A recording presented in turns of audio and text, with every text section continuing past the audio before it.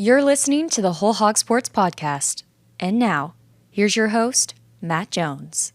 Today on the show, Eli Hoff from the St. Louis Post-Dispatch joins us to talk about this Arkansas-Missouri game. We'll also have Christina Long in studio. First, a word from Kendall King. Kendall King, we're proud of over 4 decades of design. We're continuing the legacy of great creative design by combining our brands of Kendall King, Soapbox, and Shopcart. Together, these brands represent a new focus in marketing design with individual attention to specific areas. Through our design expertise supported by a team of talented professionals, we showcase our best. We are Kendall King, we are Soapbox, we are Shopcart, we are design. Arkansas, Missouri on Saturday at 2:30 here in Fayetteville. We're joined now by Eli Hoff from the St. Louis Post-Dispatch. He covers the Tigers. Eli, what's the feeling up in Columbia about this game? Yeah, it's interesting. Obviously, Arkansas is a team that Missouri fans would like to see the Tigers go out and beat on a year-in, year-out basis. But I think there's a lot more angst, shall we say, over Eli Drinkwitz and his future as Missouri's head coach or his interest in other jobs. So it's a weird situation where I'm sure folks on Saturday will be plenty interested in the game, but there's also a lot of big picture pondering happening up here. Well, and it's the same here. It almost feels like in this game the result on the field is not nearly as important as maybe the bigger picture stuff that's being talked about around both of these programs. Yeah, exactly, and that's interesting in its own right. Obviously, it might not help too much with the entertainment value on Saturday, but it does seem like that's where these two programs are. There's much more that I think will come out in the days following this game that will impact these programs than what actually happens on the field. What's the feeling there at Missouri? Because, like the last couple of years, whenever Missouri's played Arkansas, there's been a lot on the line, whether it be, getting into a New Year's Six bowl game. Last year, I guess there was still kind of a little bit of an outside hope that if things fell right elsewhere, they could get into the playoff. I know that didn't happen. It's a different feeling this year with them being 7-4 and having the recent losses. Does it feel different going into the finale than it has the last couple of years? Yeah, definitely. And this season, by and large, has felt a little different, right? There was still the same optimism for a lot of this season, but that pretty quickly trailed off once Mizzou started losing games there, picked up the third loss that bounced it from playoff contention, and then this past weekend picked up the fourth loss that will take away even the potential of a third 10-win season in a row. So that's one of the interesting things that I'll be looking for with this Mizzou team is just how they respond when there isn't as much on the line. I don't really have reason to believe it's an issue, but like you said, the last couple of years, we've seen Mizzou playing so many meaningful games in November, and this just we can't even pretend that this is up to the same level of stakes. I watched the entire game last week against OU. It felt to me like Missouri really they left something on the field in terms of they controlled that game, at least in terms of time of possession. They were doing everything it felt like they wanted to do in the first half, and then OU gets the big play to Isaiah Stania. And I don't know that Missouri looked the same, but I wonder from your perspective, what did you think about that game and the fact that they only came away with 6 points with the way they had been moving the ball? Yeah, well, I think I'll start with the positive and then trail off from there. The Mizzou's defense continued to look really legit, which it has this season, and there's a big picture feeling that this is a college football playoff caliber defense that Mizzou has that is not being supported by the offense and all the special teams units. So that's been a source of frustration. The issue, as you could see against Oklahoma, which in its own right has a good defense, was just Mizzou's inability to score points. They had the ball for more than 12 minutes in the first quarter, only 3 points. And it felt for a long time there, like you said, Mizzou was able to run the ball a little early, was having a whole lot of possession, but just couldn't score. And it felt like Oklahoma could flip momentum on a dime and take control. That's exactly what happened, and Mizzou just didn't have enough of an offense in the second half to really find a foothold there, which has been the point of struggle at other points this season. Of course, Bo Perbula had been out, but what does he add to the offense now that he's back, or is it a whole lot different between him and Zollers? It is a little bit. Zollers is more of a pocket passer, whereas Perbula's going to run more. The way I frame it is that Perbula's best weapon is his legs. Zoller's best weapon is his arm. Both are mobile. Both can escape. Both can make some of the throws. But Perbula's going to be a little bit more mobile. Now, of course, a lot of that was before he dislocated his ankle a month ago against Vanderbilt. He looked pretty good coming back against Oklahoma. Maybe a little more reluctant to run. And some of that might be the team asking him not to run, given that. So it seems like he's back and healthy, but but in some of the downfield throws are hit or miss with Prebula. He's thrown a pretty good chunk of interceptions this season, so we'll see how some of that looks. But he is someone who will look to escape when he can. Ahmad Hardy's having a big year there. I mean, I put him on my All-America ballot this week. 1,400 yards that he's got, 15 touchdowns. He had that 300-yard game against Mississippi State a little over a week ago. What is it about Eli Drinkwitz and his staff being able to go out and find these running backs that seems like maybe nobody else knows about, and then plug them into a system that makes them have a lot of success there? Yeah, it's something here. I think Curtis Looper, the running backs coach, deserves a lot of credit for finding these guys and developing them and coaching them up. Mizzou also has Jamal Roberts, who's the secondary back this year, who I think could, if he was the workhorse back, could also be putting up really, really good numbers. But Hardy's just fantastic with the way he's able to break tackles and dodge contact.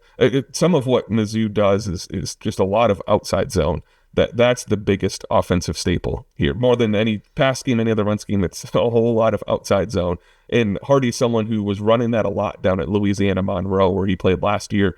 So Eli Drinkwitz was able to call up the coach there and kind of actually get the blessing from ULM to go after Hardy in the portal. That helped there, and then he's been familiar with the system as soon as he got on campus. And of course, Cody Schrader had the big year 2 years ago.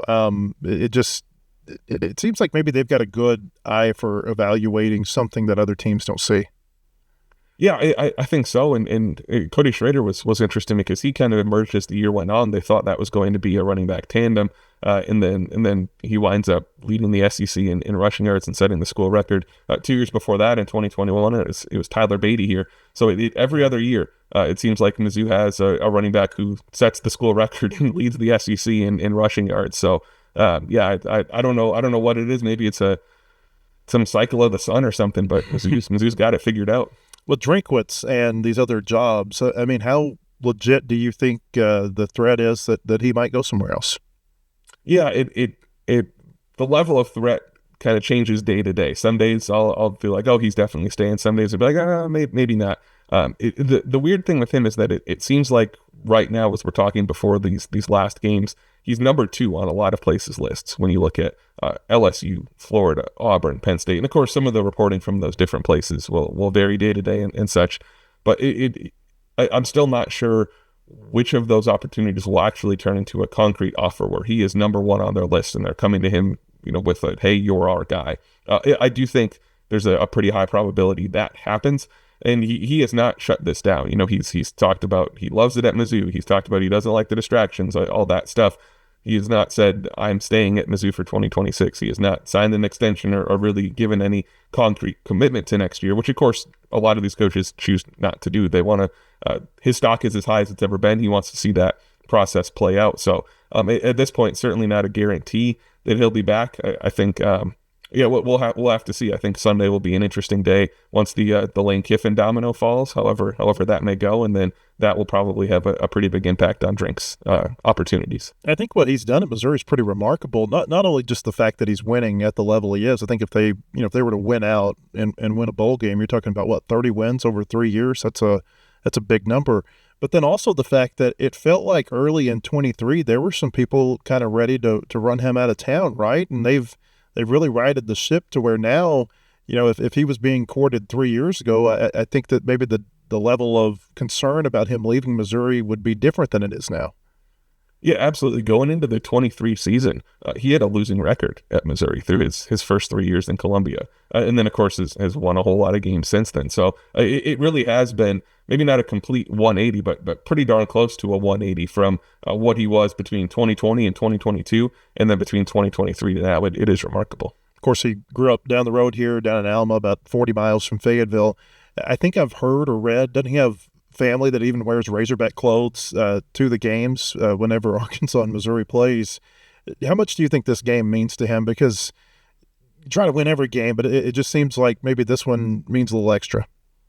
Yeah, I think it definitely does to him because of where he grew up, and even his he went to Arkansas State. His first job was coaching high school up at Springdale, so he even knows Northwest Arkansas pretty well. So I think he is someone who this tends to mean a little bit more to from that standpoint. Mizzou doesn't have as many Arkansas players. Of course, Courtney Crutchfield, who was one of them, is down with the Razorbacks this year. So we'll see how much it kind of means to the players. But from a coaching standpoint, absolutely. From a receiving standpoint, Luther Burden's gone, and the passing game hasn't been nearly as good. Is it a matter of a different quarterback? Is it a matter of quarterback? Is it a matter of receiver? Is there something going on with the offensive line? Maybe a byproduct of all of that, because the passing game has been really strong at Missouri the last couple of years. Yeah, this is something that those of us who follow this program are all kind of trying to piece together. And I think the post-mortem on this season will be interesting, because it feels like the passing attack hasn't coalesced the way it could or should. Mizzou's a team that, when it's at its best, it's predominantly running the ball. But, of course, that means you still need to throw it. So some of that is Pribula, whose arm is not what Brady Cook's arm was. So there's been a little bit of a step back there. The offensive line has definitely taken a step back. There was a late reshuffling of things in fall camp that brought Caden Green, the preseason All-American at left guard, bumped him out to left tackle because Mizzou didn't feel like they had a left tackle that was up to par, and then that opened up a hole at right guard. Like, there's just been some stuff along the offensive line. Some of the receivers, there's been a few bad drops as the year's gone on. And then there's been some criticism of the play calling here at Missouri this year.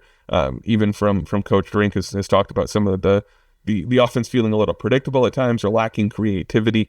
And again, I think that's something that there will be a little more candor about once the season's over. But it does feel like there's been a degree of frustration with the passing game at large. 31 sacks from Missouri this year. That's 15th nationally. As I look at their defensive stats, that's what really jumps off the page to me. Is that the strength of the defense, the pass rush? Yeah, definitely. Just that whole defensive front is really, really strong. When you look at Damon Wilson II and Zion Young, who are the two DNs and lead the team in sacks, pressures, all of that stuff. I'm not sure if there are many defensive end pairings that are better than that duo in the country. Chris McClellan has really come on recently as a D tackle. He's a fourth-year guy who's really settled in there. But the player I think folks will notice the most on Saturday is Josiah Trotter, middle linebacker. He wears 40, which is an awesome linebacker number. That's going to be a hard-hitting guy. He just flies around. And he's interesting. His brother plays for the Eagles right now, just won a Super Bowl. His dad is in the Eagles Ring of Honor, and they're both linebackers. So he comes from a family where if they play a Thanksgiving football game, I think everybody just wants to be on defense and wants to hit. And so he's got a degree of just linebacker instincts that really show up, and he's been a ton of fun to watch. Well, we've been talking here. They just put out the Doak Walker Award finalist. Ahmad Hardy is one of them. The others are Kewan Lacey and Jeremiah Love. Arkansas's luck, they played all three of those this year. Eli, appreciate your time, and we'll see you on Saturday here in Fayetteville. Of course. Thanks for having me. All right, appreciate it. Eli Hoff of the St. Louis Post-Dispatch. When we come back, Christina Long will join me here in studio. First, a word from Kendall King. Kendall King, we're proud of over 4 decades of design. We're continuing the legacy of great creative design by combining our brands of Kendall King, Soapbox, and Shopcart. Together, these brands represent a new focus in marketing design, with individual attention to specific areas. Through our design expertise supported by a team of talented professionals, we showcase our best. We are Kendall King, we are Soapbox, we are Shopcart, we are design. Hey, welcome back. I want to tell you about our friends at Bentonville Glass. They've been serving their community since 1971. They're committed, professional, and versatile. If you're looking for a quality leader in Northwest Arkansas or looking for skilled craftsmanship, look no further than Bentonville Glass.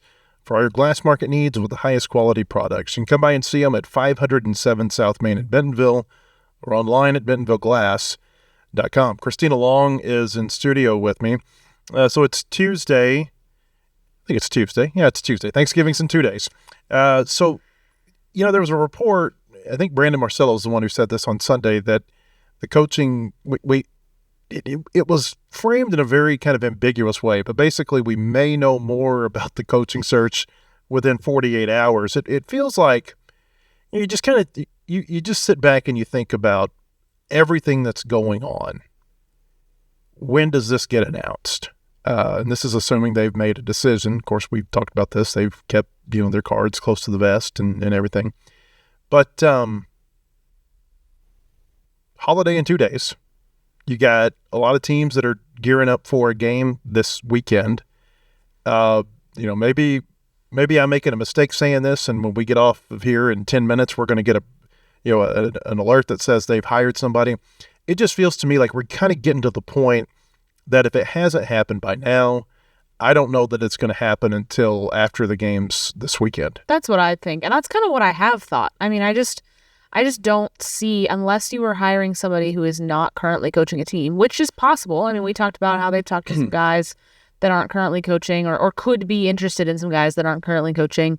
Unless you were hiring one of those, I just don't see a reason to announce it before that. I just don't get it. Like we talked about yesterday, I don't know why any coach currently coaching a team, whether they have postseason ambitions or not, would want that out there before. Now, obviously, we talked yesterday about how leaks happen. Sure. A lot of times leaks come from agents, and I would assume an agent representing a coach is going to do what the coach wants and wait to put that out there. Still, there's, sometimes somebody hears something from somebody else who's not an agent, who's not an athletic director, it comes from a less sort of official place, and something that wasn't really supposed to get out. And so you can have that happen. But as far as an announcement or a more official sort of strategic leak, I never understood what the reason would be to do it before this last week of games. It doesn't make any sense to me. I think there's a lot of people who they see Virginia Tech hired James Franklin, and again, Franklin didn't have a job. He didn't have a job. That's 100% true. They see it as Arkansas hasn't made an announcement here, so something must be going wrong. I don't think anything's going wrong. That's how coaching searches have always worked. And I think I just I don't necessarily think that they're panicking. You know what I mean? I just think that they're kind of waiting for the process to play out. And honestly, the process is going to play out earlier this year, like we talked about yesterday, because of the signing period and how it's earlier this season or this year, this December. And so really everything is sped up a little bit relative to where it usually is. I just think we got to get through this weekend. And again, maybe I'm wrong. Maybe in 10 minutes we pivot and we quit doing predictions. That would be annoying. We talk about coach. We coach such and such, but it just seems like patience, and we knew patience was going to have to be in large doses when they fired Pittman on September 28th. And we knew it was probably going to be at least 2 months before there was a new coach in place. Yeah, it's just, I don't find that surprising. I don't think it's an indicator of a search that's not going. I think that's, like I said, very normal. I mean, there's been, I think coaches, because there have been times that the coach has, it's been found out. Like, did you tell me Jimbo Fisher? Wasn't that before when he left Florida State? Wasn't that before they were Florida State? He left, they played ULM on a Saturday night, and I think it was either the next day or the day after. He took the A&M job, and so Florida State actually had two. There were interim coaches on both sidelines because that was the year I think McElwain got fired at Florida. So we just write a whole thing about how there's never been SEC. There's never been an SEC versus SEC. Oh, game. Duh, yeah, that was it. But anyway, so that is the exception, not the rule. That doesn't mean that's not what normally happens. Like this is. Nothing about them waiting or not having an announcement this week or within the 48 hours of what everybody was saying. Nothing about that to me says, they don't have it together. I think it's very possible. And this is, this is speculation. I'm not basing this off of insider info, just to be clear about that. I think it's certainly possible that they have kind of a verbal agreement and they're hashing out details. Or maybe, they're just waiting to kind of put pen to paper until after Saturday's games or right before or whatever. And then, this gets out after this weekend's games. I think that's super normal, and I think that's possible. I don't necessarily think they haven't made a decision yet or they don't know who they want yet. I'm sure out of the people that we think they're kind of down to, they have an idea of who the front runner is, and maybe they've extended a more formal offer. I don't know, but I don't think that just because we don't have an announcement or a leak or whatever doesn't mean that they don't know what's going on. Yeah, I agree with you. I've wondered too, and again, this is all hypothetical speaking, but with the way the calendar works, and you potentially have to get somebody in place within a day of the regular season ending in order to have any chance to salvage something of a signing class. I wonder if instead of verbal agreements, because those can change, nothing means anything until you have it signed. And I'm not talking about necessarily at Arkansas. I'm just thinking, I wonder if any of these colleges, are you able to sign someone with an NDA that says, okay, this is all done. Maybe. This is all done, but we're not going to disclose it until this date. I don't know. It's That's possible. I know who I can ask. I think everything, Christina, that we know about coaching searches we have to rethink it now because it's so different. I mean, it's so different in terms of all the teams that are firing their coaches in season. It's different because of the signing period being when it is.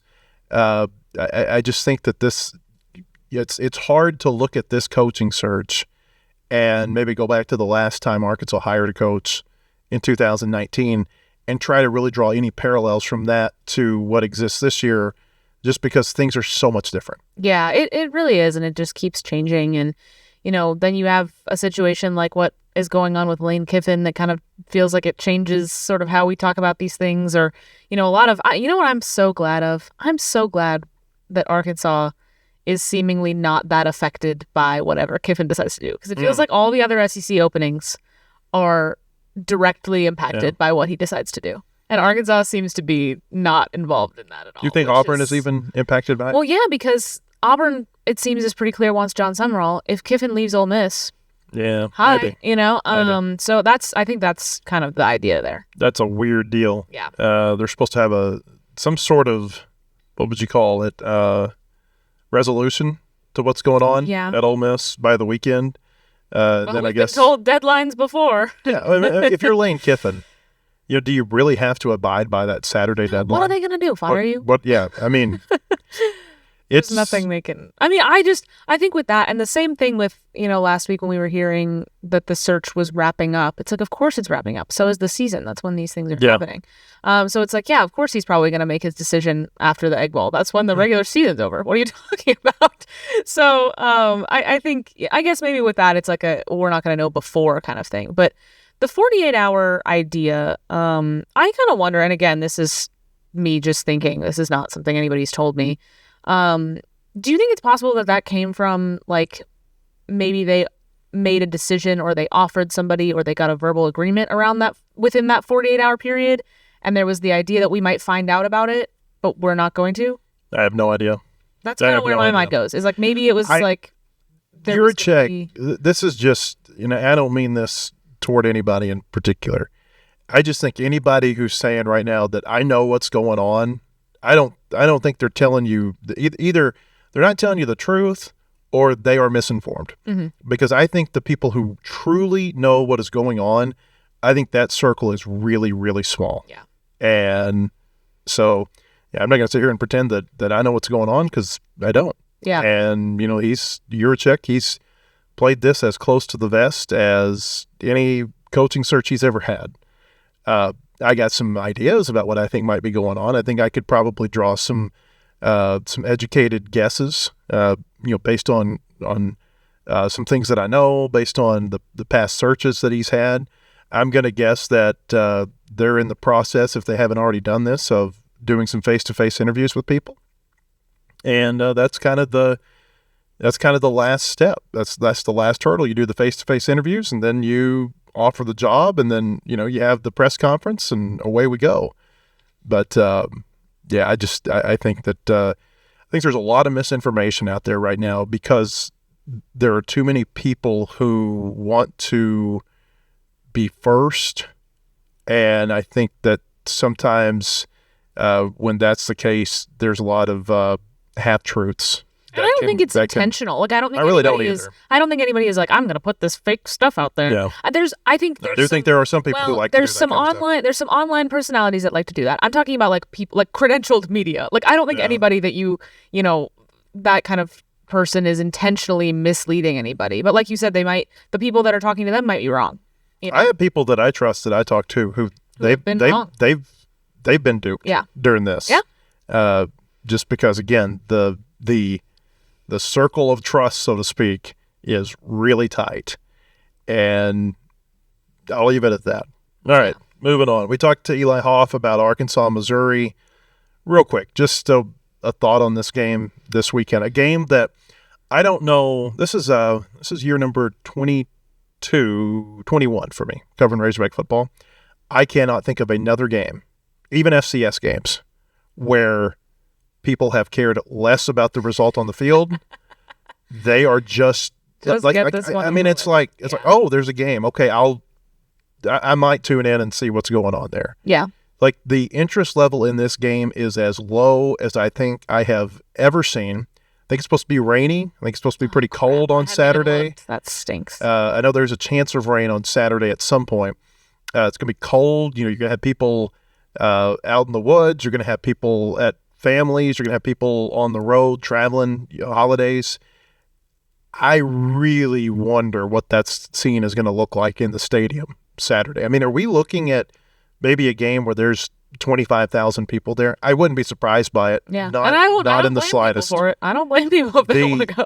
Like, the interest in this game is just so incredibly low to the point that I can't think of another game that was like this. Maybe the Missouri game at War Memorial in 2019, but I might even say that this one feels lower than that one. Yeah, it's not a particularly exciting, especially because, honestly, from both sides of this, like, Missouri people are worried about if Eli Drinkwitz is going to be their coach next year. You know, there's two different kinds of coach anxiety going into this game on either side. But yeah, I mean, I think Missouri's going to win. I don't think that's a bold take. I again come back to, this is a winnable game. What reason do I have to believe that this is what has Arkansas shown me to make me think this is going to be the time that they do it? Especially considering the way Missouri has just owned them in, since joining the SEC. Even in years when it looked like Missouri was the worst team, it just keeps happening. I don't think Missouri, like we saw last week, Oklahoma was able to limit the run game a little bit, which has been really hard to do. Oklahoma has one of the SEC's best defenses. They're phenomenal. So it definitely does not have that. They've got the best defensive line in the country, maybe. Yeah, and so, they were able to limit the run game and kind of force Bo Prabula to throw more, and he didn't, he threw 2 picks and they didn't score a touchdown. Not ideal. I don't think Arkansas is going to be able to put on that kind of defensive performance. Maybe it gets messy. Maybe the rain changes things. I don't see any reason why that should work particularly in Arkansas's favor. I don't know. I don't have any reason to think Arkansas is going to pull this one off. Besides the fact that, Missouri they've played better teams than Missouri and they've had close games and whatever. But, I mean, it's winnable. Doesn't mean they're going to win it. All right, let's look around the rest of the SEC. This is a fun weekend because you've got 3 really entertaining games on Saturday. It starts at 11 a.m. on ABC. It's the Egg Bowl. Ole Miss 10-1. Mississippi State trying to get to bowl eligibility. They're 5-6. Ole Miss is a 7.5-point favorite. The efficiency ratings like Ole Miss here. Yeah, I do too. I think it's hard to pick Mississippi State in this game just because of what Ole Miss has been. Mississippi State's a lot better than they were a year ago, but they're still not great. They've won one SEC game and it was Arkansas. So I think it's pretty easy and comfortable to pick Ole Miss here. I mean, you can say what you want about Ole Miss having off-field drama and concern, and is that going to leak through? I don't think, even if it did, I don't know if it would matter much. This is one of those games, and I think Ole Miss is going to win too, but this is one of those games where, I mean, it has been all kinds of unpredictable throughout the years. It's in Starkville, like you said, Ole Miss. They've had a week for Lane Kiffin to go party in Baton Rouge and do everything else that's going on. I wouldn't be surprised to see, and with everything that's on the line for Ole Miss, first time that they could potentially get to the playoff, I would not be surprised to see some stiffness out of them, and that this be a game that's in question in the fourth quarter. But I think Ole Miss is better. I think they win. But that's what's fun about rivalry week is that you don't ever really know. 2:30 on Friday, Georgia goes to Georgia Tech. 3 weeks ago, we thought this could be a blockbuster game. It still is a really big game, but Georgia Tech's lost a couple of games now here in the last month. Georgia's 10-1. Georgia Tech is 9-2. Georgia is a 14.5-point favorite. The efficiency ratings like Georgia to win this game. This is a weird one because Georgia Tech is the home team, but they moved this game out of Bobby Dodd Stadium across town over to Mercedes-Benz Stadium, and we all know that every time the lights come on in that stadium and Georgia is involved, that place turns red. They're whooping. Even Georgia Tech's home stadium has done that in recent years. So this is weird for Georgia Tech, I think, to have done this because I mean it may have been a pro-Georgia crowd anyway if it was on Georgia Tech's campus, but now this is going to feel like more of a neutral site game than I think it's going to a Georgia Tech home game. Yeah, I'm surprised the spread is this big. I mean, I think Georgia will win. I want Georgia Tech to win just because I really like Georgia Tech. I like the way they play. I like Haynes King a lot. I think he's just super fun. I like their coach. I just like everything about them, so I would like to see them win, but I think Georgia is going to. I'm surprised that it's 14. Well, if you look at what Georgia Tech's done in the last few weeks, though, I think they did not look very good against Pitt. I think against Boston College. The Pitt game was, I couldn't believe, Against BC, they were down quite a bit, and they came back and they won. I think Georgia's playing maybe better than any team in the SEC right now. And if they win this game, let me pull up the scenarios here. I had them a little bit earlier today. The SEC clinching scenarios in terms of getting into the SEC championship game, this is what they look like this week. If Alabama wins, it is in the SEC championship game. If Texas A&M wins, it is in the championship game. And then if there are other results, there's all kinds of weird things. Georgia could get in with an Alabama loss or a Texas A&M loss. Alabama cannot get in with a loss to Auburn. Ole Miss could get in with an Alabama loss and a Texas A&M loss. And then A&M could get in with either an Alabama loss, with an Alabama loss and an Ole Miss loss. So I know that probably has your. I'm not going to remember any of that. No, just easiest way to remember this is if Alabama wins and A&M wins this weekend, that's the SEC championship game. I didn't realize that, so I'm glad. And I think that's probably the most likely scenario. I mean, like for Georgia to get in, it's Alabama has to lose or Texas A&M has to lose. So maybe what happens in Austin, but there you go. There's your SEC championship game scenario. I think Georgia beats Georgia Tech, by the way. I think they're just really good. Mentioned A&M Texas, Friday night, 6:30 on ABC. A&M's a 2.5-point favorite. The efficiency ratings like A&M 2. Texas, I know there's a lot of people talking about they took advantage of Arkansas's defense, and there's some truth to that. But, I've been reading some scouts' takes about Arch Manning, and basically they are really impressed with the steps that he's taken from, like maybe week 3 to where he is now. And they're not looking at numbers, guys. I mean, they're looking at like the throws, execution and the decision making and the footwork and things like that. And he's really gotten a lot better. They get A&M at home. First time they played A&M at home in a long time. This is a really interesting game Saturday night. Yeah, or Friday night. Who do I think is going to win this one? I guess I think Texas A&M. I guess I think Texas A&M. A&M has a history of just laying a dud when they're in this position. I think they're going to get in the playoff regardless, but this would be the most A&M thing to do, to get to 11-0 and then not be able to finish out an undefeated regular season and have it happen to Texas. Yeah. I mean, you're right. I'm going to pick Texas A&M, put me down for that, but I'm not confident. I'm on the fence. A&M's defense has been really susceptible at times this year. Yeah. It happened against Arkansas, happened against Notre Dame, happened against South Carolina in the first half. I think A&M, I'm going to pick A&M because I think that there is a better chance. Let's put it this way. If A&M plays its game, I like its game better than I like Texas A game. So if they both come out, they play well, give me A&M, but I'm not going to be surprised if they go in and lose that game. But I think Texas A&M probably wins, and I think the SEC championship game is probably A&M and Alabama next week. Okay, moving ahead. Saturday, there's a lot of games Saturday. We'll go through them here.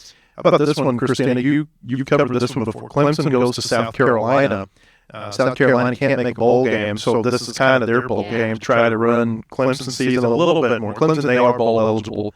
But this is, I was surprised to see that South Carolina is a 2.5-point favorite in this game. Same. The ratings like Clemson by a lot. Interesting. And they're usually, your ratings usually play pretty conservatively. Let me tell you, I had to go through some numbers because I don't track ACC teams. Yeah. I spent a long time this week going back and looking through a bunch of ACC box scores to see what they would like in these games. Right. I'm also picking Clemson here. This is such an interesting. This sets up as such an interesting game in this rivalry because obviously this is a very intense rivalry, but these are two teams that did not at all have the seasons that they thought they were going to, and I don't know how often that really happens in over the course of this rivalry. I guess in the last decade or so. It's interesting, but I do think Clemson wins. I don't know. I think I like Clemson's offense better than I like South Carolina's, which I think is what gives me a little bit more confidence in them. I like Clemson's defense too. Yeah. It hasn't been as good as I thought it was going to be, but it's been. But they've still got guys, and that's the whole thing. It's like this is why I picked LSU a couple of weeks ago. I said that LSU, they've got NFL players all over the field. And if they ever just put it together for an afternoon, that can be really scary for the opponent. I think the same thing's true with Clemson. All those defensive linemen they have, linebackers, they got NFL guys all over the field. South Carolina's offense has been so bad. It feels like if South Carolina's going to have to win this game, they're going to have to win it with Beamer ball, get a special teams Which touchdown, is possible, but get a defensive score, something like that. I like Clemson to win this game. Another in-state showdown. Kentucky trying to get to bowl eligibility. They're 5-6 at 7-4 Louisville. Louisville's a 2.5-point favorite, and the efficiency ratings like Louisville to win too. I just kind of keep going chalk here, but I'm definitely more confident in Louisville than I am in Kentucky. Well, they're the home team. Kentucky is like in this really weird way trying to track them. I thought that they were improving for about 3 or 4 weeks. They had played pretty good football, even the game where they lost to Texas in overtime. And then they come out against Vanderbilt last week, and they just got slapped around. And I think Vanderbilt's a good team. I really do. But, I can't get a feel for what's going on with Kentucky. Louisville, kind of the same thing. They looked really good. They were in the driver's seat to get to the ACC championship game, and now they've lost, I think, 2 or 3 in a row. Weird game there. I'll go with Louisville just because they are at home. Another interesting game, Vanderbilt, Tennessee, top 25 matchup in Knoxville this weekend. Vanderbilt 9-2, Tennessee 8-3. Vols are a 3.5-point favorite. Efficiency ratings like Vanderbilt. Vanderbilt's back to number 1 in the SEC in efficiency ratings, by the way. There's something about them. They don't get blown out, and they blow some teams out, and they play really good, efficient ball control offense where they don't have a whole lot of possessions, but they do pretty well with the possessions they have. Like I think last week against Kentucky, it was 10 possessions, 45 points. Defensively, 11 possessions, 17 points allowed. This is one of those games for Vanderbilt where you got to win and then hope that some chaos ensues around you. They're 14th going into the CFP rankings that are going to be updated tonight. Yeah, I like Vanderbilt here just because of Tennessee's defense concerns me. Obviously it hasn't hampered them too much so far. They've only lost 3 games, but I just don't see it here. I think Vanderbilt, and also part of it is I just want it for Vanderbilt just because we've talked so many times on this show about how much fun, what a fun story they are and how it's so cool to watch them have this kind of success. So I want it for Vanderbilt. And I also do I think I like the matchup here with Diego Pavia and their offense against Tennessee's defense. I struggle with this being a logo game where I see Vanderbilt's logo and I still it's hard. We've been fighting that all year. I still have the old Vanderbilt feelings there, and I see Tennessee's logo. I think Tennessee wins the game. I think Vanderbilt. Maybe you're right. Maybe they're able to move the ball quite a bit against Tennessee defensively, but Tennessee's defense has been getting a little bit better here in recent weeks. Mm-hmm. They've still got that over-the-top threat that I think with could be very difficult for Vanderbilt to defend. So the fact they're at home, and the fact that Vanderbilt as a program has never really been in this position before, it makes me a little bit hesitant to pick Vanderbilt. So I'm going to go Tennessee wins this game. Even though the efficiency ratings, I trust them like a brother. They've been wrong, what? How many times? Only like 8 times this year. That's not too bad. No, out of a lot of games. Let's see here. Moving on. We'll get LSU, Oklahoma? Well, we'll get to the Iron Bowl here in a minute. How about LSU, Oklahoma? Yeah, good call. OU 9-2, LSU 7-4. OU's a 10.5-point favorite in this game. The efficiency ratings like OU too. Yeah, I mean, so do I. I just have a hard time looking at LSU and thinking that they're going to be able to do it here. I like Oklahoma. Like we talked about, their defense has been so good. LSU's offense has been very hit or miss. I think Oklahoma wins. I don't think it's a challenging pick. OU has jumped. They have jumped over Vanderbilt for a playoff spot. Because if you would have asked me a month ago, I would have said that I thought Vanderbilt had a much better chance to go to the playoff than I thought OU did. This is a play-in game for Oklahoma. They're at home. They're in Norman. Their offense sucks, but their defense and their special teams are so good. I mean, like it's, you keep waiting. Okay, this is going to be the week where the offense doesn't hurt them. Have you seen LSU's offense against that OU defense? That could be a really long day. I think OU wins this too. That's going to be on ABC at 2:30 Saturday, 3:30 on ESPN2. Florida State and Florida. Wow. This is the crap bowl of the week. Man, I remember when I was a kid, this was the game that you always waited around for. It was Danny Warfel and Ike Hilliard and Peter Warwick and Warwick Dunn, and now it's, I don't know any of these players. Florida State, they're 5-6. They can get to a bowl with a win in Gainesville on Saturday. Florida 3-8. They can't do anything. Again, one of these betting lines I was a little bit surprised by. Florida, a 1.5-point favorite in this game, when the efficiency ratings like Florida State better, like by quite a bit. By a lot. Honestly. Florida State just announced that Mike Norvell's going to be back next year too.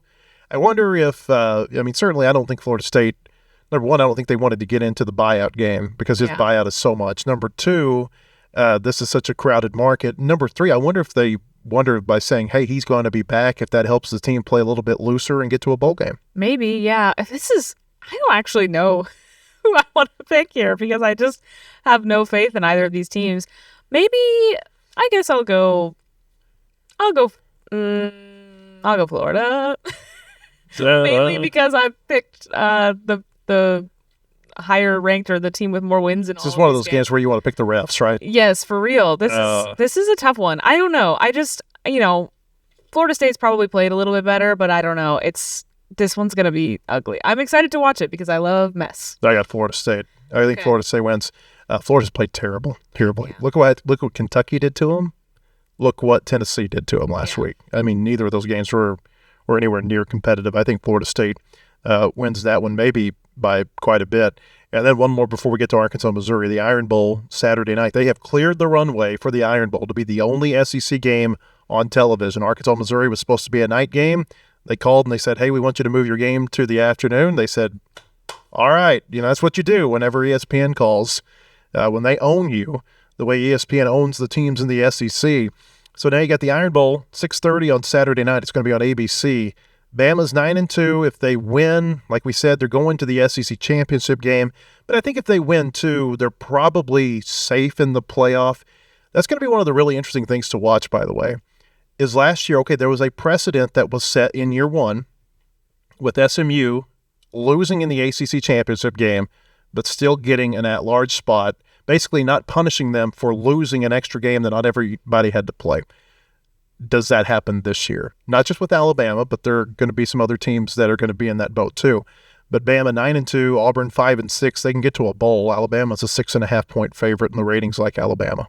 Yeah, I like Alabama too. I think this is similar to the Texas and Texas A&M game. It's one of those where it's like I could see it would be so, not necessarily likely, but it's so narratively interesting, the idea that Auburn could spoil things for Alabama in this spot.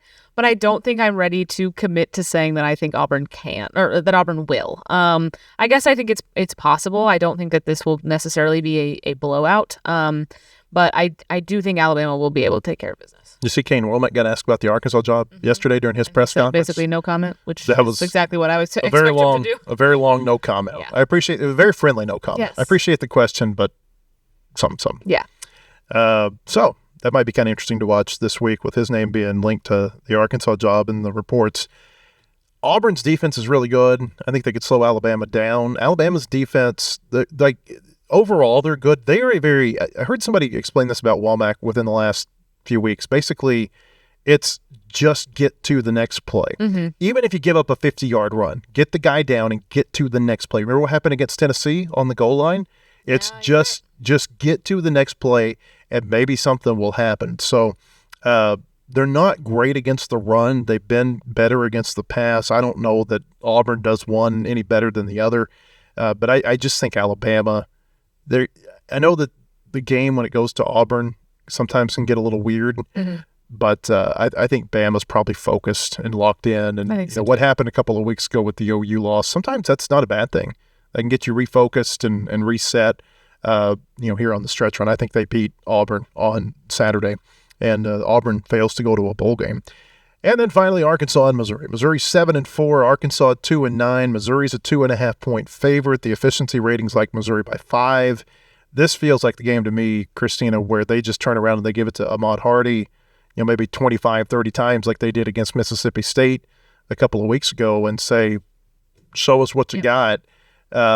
It feels like a bad matchup for Arkansas. Definitely. 100%. I mean, they've had a really hard time in run defense for most of the year. I think he could have another opportunity. Ahmad Hardy could have another opportunity for a really big game.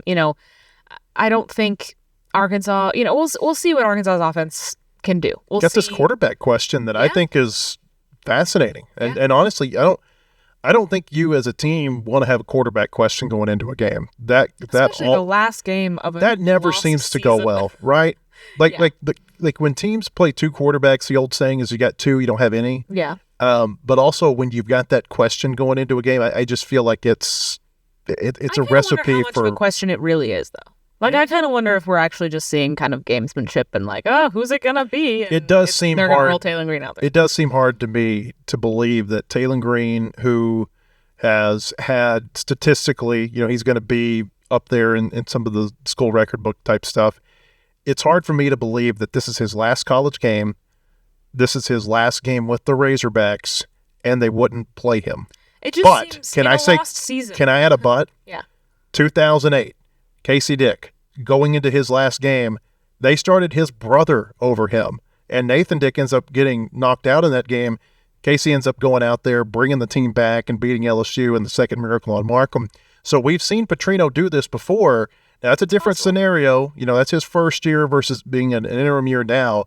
But I think he's truly – I don't know that the whole this is his last game, that type of stuff, I don't know that And registers that's the in his thing. mind the way that it would others. I know. I feel a little bit like, okay, even if you're like actually worried about the prospect of, Taylor, of if you start Taylor at that, like making you lose the game, I come at it a little bit from like a what do you have to lose? Yeah. But I don't think that's how like actual football coaches approach this. Like I do not think that they are uncompetitive in that way.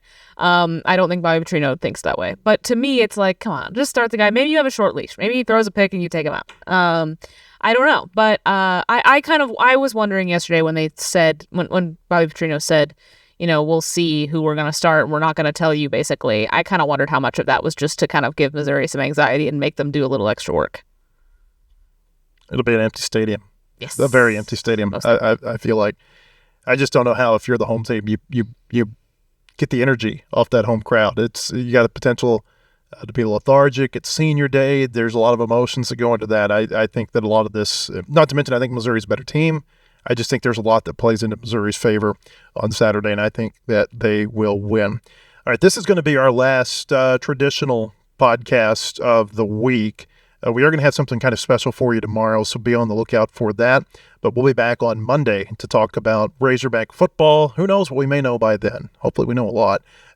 Razorback basketball at Duke on Thursday. We'll certainly have a lot to talk about from that. Hope you all have a great Thanksgiving wherever you are. Be safe out on the highways, and we'll see you back here in 6 days.